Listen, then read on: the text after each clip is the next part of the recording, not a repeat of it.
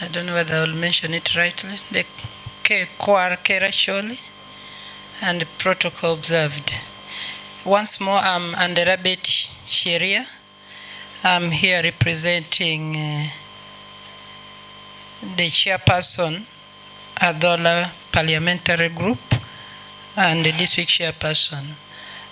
Sorry, I was meant to know that somebody would be representing the Prime Minister of Adola.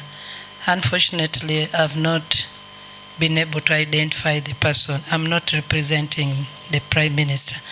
But of course, as a member of the Adola community, which we can never leave a gap, where there will be no representation, I rightly stand there to represent him. I just have two comments to make in relation to the presentation that has been given by Ambassador Olarotuno. One is about degeneration in language. And I want to make this from an observative point of view of what has been happening, especially with the Luo community in Tororo and the surrounding areas of Tororo. For us in Tororo, we come to realize that I don't know for what reasons that the Luo community, which in Tororo are the Japadolas, don't like to stay in urban areas. They prefer living in rural areas, to the extent that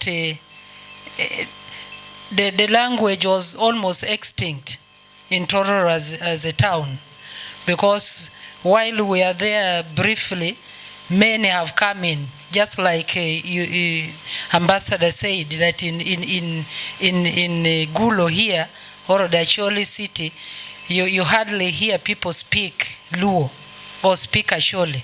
That was very evident in Tororo, and we were wondering what had happened, because we had a lot of infiltration.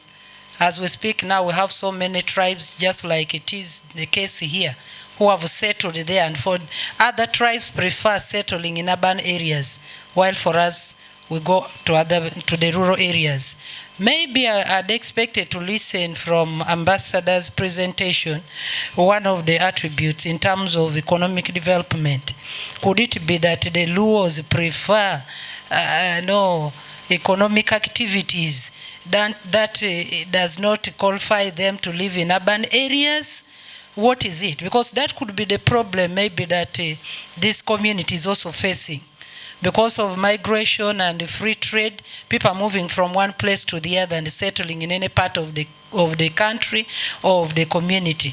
So if the Luos just live because of their cosmopolitan trade and being accommodative, others come in and take over, and for them they're just there. The other observation I would also like to make is that I don't know for what reasons, but maybe I begin to believe that what Ambassador said about the conflict between Gipira and Labong is still a curse on us. Much as we may not want to believe that it still exists, for us who believe in the Bible, we know that curses follow for so many generations. I would like to think that maybe this curse is still following us, because you feel that we don't have a bloody spirit. We don't feel for the brotherhood spirit is missing in us. And maybe this is the major cause of these conflicts. Why would an Acholi quarrel with the Elangi?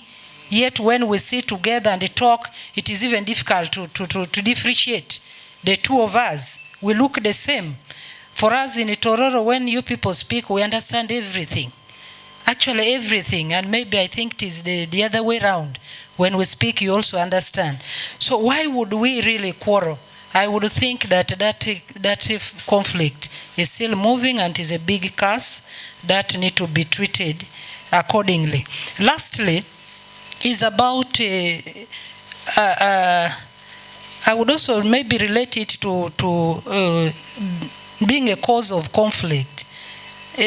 Ambassador talked about lack of literature.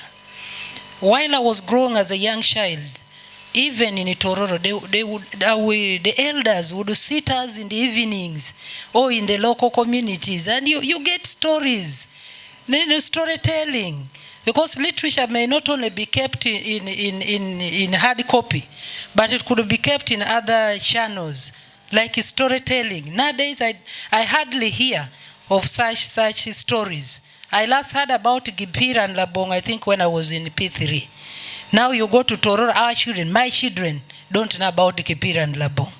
So I think there's a need for us to keep, other means and ways of keeping the story flowing, so that the coming generation are able to pick it, to know they are informed of their origin, of where they've come from, and what we are expected to be as the Luo community. I want to thank you.